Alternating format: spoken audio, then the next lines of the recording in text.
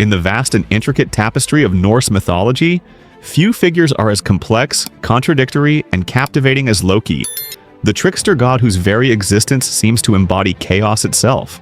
He is neither fully god nor giant, neither entirely evil nor completely good, but rather something far more interesting and human in his flaws and motivations.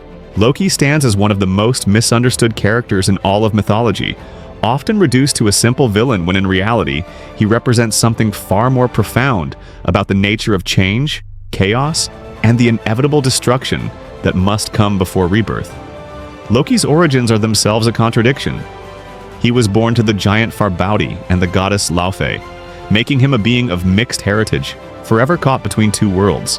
His very bloodline marked him as an outsider, a bridge between the ordered realm of the Æsir gods and the chaotic world of the Jotnar giants. Despite his giant blood, Loki became blood brothers with Odin himself, the All-Father and King of the gods. This blood oath was sacred and unbreakable, binding the two in a relationship that would shape the fate of all 9 realms. Through this bond, Loki gained entrance to Asgard and became one of the Æsir, though he would never truly be one of them. He was always the outsider looking in, the Yle tolerated for his usefulness but never fully trusted or accepted. From the very beginning, Loki's nature was to create problems and then solve them, often in ways that benefited himself as much as anyone else. His cunning and shape-shifting abilities made him invaluable to the gods, and many of their greatest treasures came about through his schemes, even if those schemes first created disasters. Take, for example, the story of how Thor got his hammer Mjolnir, perhaps the most famous weapon in all of Norse mythology.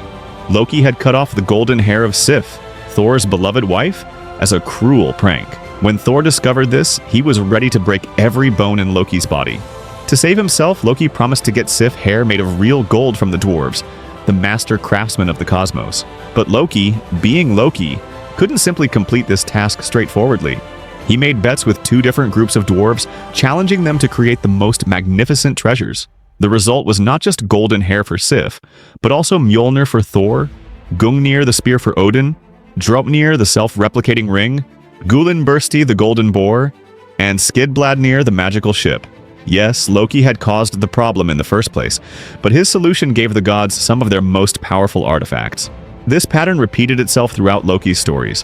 When the gods foolishly promised a giant builder that he could marry Freya if he completed Asgard's walls in an impossibly short time, and when it looked like the giant and his magical horse would actually succeed, it was Loki who saved them. He transformed himself into a beautiful mare and seduced the giant's horse, Svadilfari, leading it away and preventing the work from being completed on time. This allowed Thor to kill the giant without breaking any oaths. However, Loki's seduction had consequences. He became pregnant from this encounter and eventually gave birth to Sleipnir, the 8-legged horse that would become Odin's mount. This story perfectly encapsulates Loki's nature. He solved a crisis of his own making, but in a way that was bizarre, humiliating, and had lasting consequences. Loki's children tell us much about his nature and his fate. With his wife Sigyn, a goddess who showed him unwavering loyalty, he had 2 sons, Narfi and Vali. But with the giantess Angerboda, Loki fathered 3 children who would become central to the apocalyptic prophecy of Ragnarok.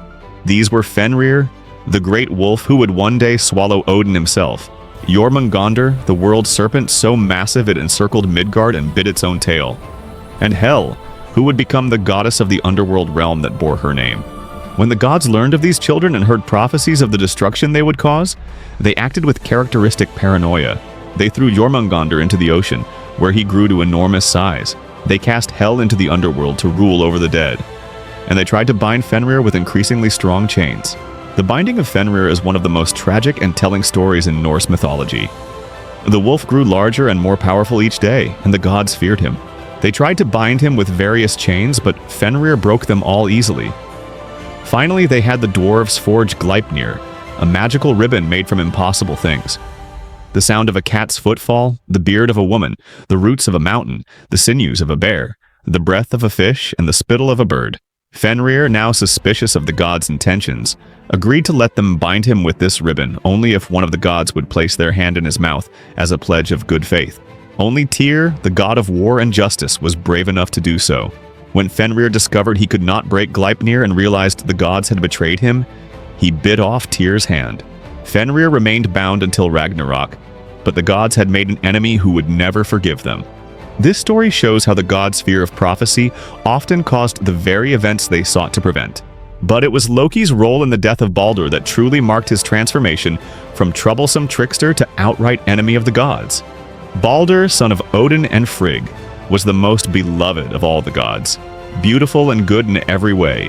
When Baldr began having nightmares of his own death, Frigg extracted oaths from every creature and object in existence not to harm her son. Every plant, every stone, every disease and animal swore they would not hurt Baldr.